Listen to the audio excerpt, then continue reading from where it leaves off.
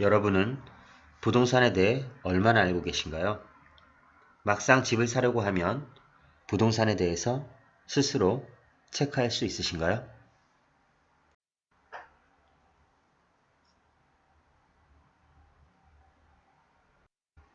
우리나라가 대부분 가난하게 살던 시절에는 지방에서 서울로 올라와 입지가 좋지 않은 주택에 전세나 월세로 살았었습니다. 게다가 전세 만기가 되면 훌쩍 오른 전세금으로 인해서 이사를 계속 다녔었습니다. 이런 생활 속에서 돈을 벌어 열심히 저축을 하면서 내 집 마련의 꿈을 꾸고 그것이 삶의 목표가 되었습니다. 이렇게 아파트 한 채는 꿈이 없고 이루고 싶은 소망이 담긴 곳이었습니다.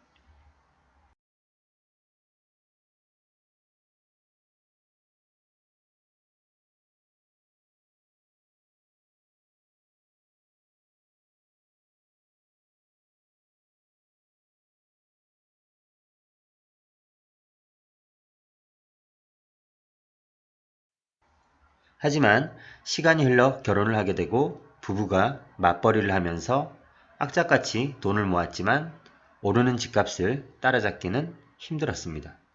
나이가 들고 자녀가 성장함에 따라 생활비는 늘어가고 절약과 저축만으로는 자산이 불어나지 않았습니다. 나름대로 열심히 살기만 했는데 어느 순간 이건 아닌 것 같다는 생각이 듭니다.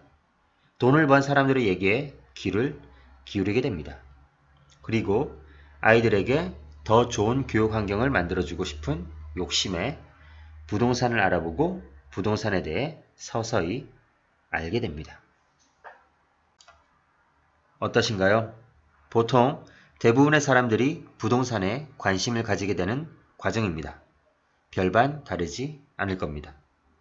대충 들었던 부동산 뉴스와 지나가며 슬쩍 쳐다보았던 곳이 이제는 투자처라는 생각이 먼저 들기 시작합니다.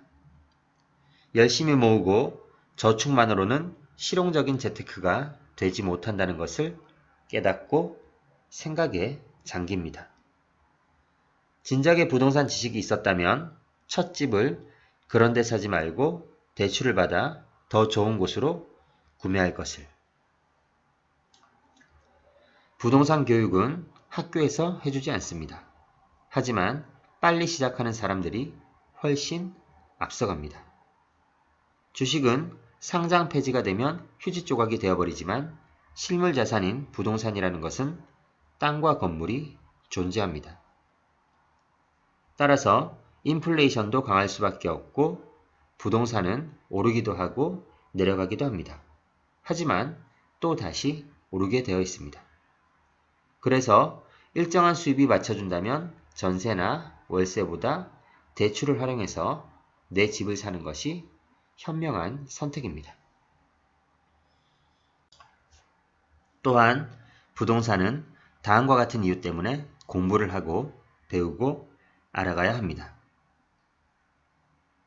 같은 돈을 가지고 있더라도 좋은 입지의 부동산을 구매한 사람은 수익이 좋은 반면 그렇지 못한 사람은 수익률이 저조합니다. 그래서 어떤 입지가 좋은 부동산인지 어떻게 영향을 미치는지 공부를 하고 직접 분석할 줄 알아야 합니다. 투자 목적이 아닌 집을 가지고 있다고 하더라도 살면서 적어도 한 번은 이사를 가게 되어 있습니다. 따라서 부동산을 언제 팔고 또는 사야 할지 매수 및 매도 타이밍을 아는 것은 중요합니다. 이것도 부동산 시장의 흐름을 꾸준히 살펴보고 늘 관심을 가지고 있어야 가능한 일입니다. 부동산의 미래 가치를 예측하고 분석하게 되면 세상을 바라보는 시야도 넓어지고 다른 일에도 변화를 발생시켜 줍니다. 마지막으로 부동산 공부 경험과 관련 지식은 자녀가 어렸을 때부터 알려주면 나중에 큰 자산이 됩니다. 기회라는 것은 언제 올지도 모르고 만약에 그것이 온다면 준비된 사람만이 눈치챌 수 있습니다. 부동산을 배워서 미래를 준비하는 것은 반드시 필요합니다. 기회가 오면 결코 놓치지 않기를 바랍니다.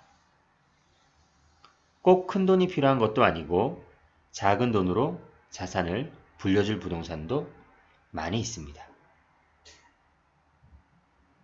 부동산 공부 바로 시작하시기 바랍니다.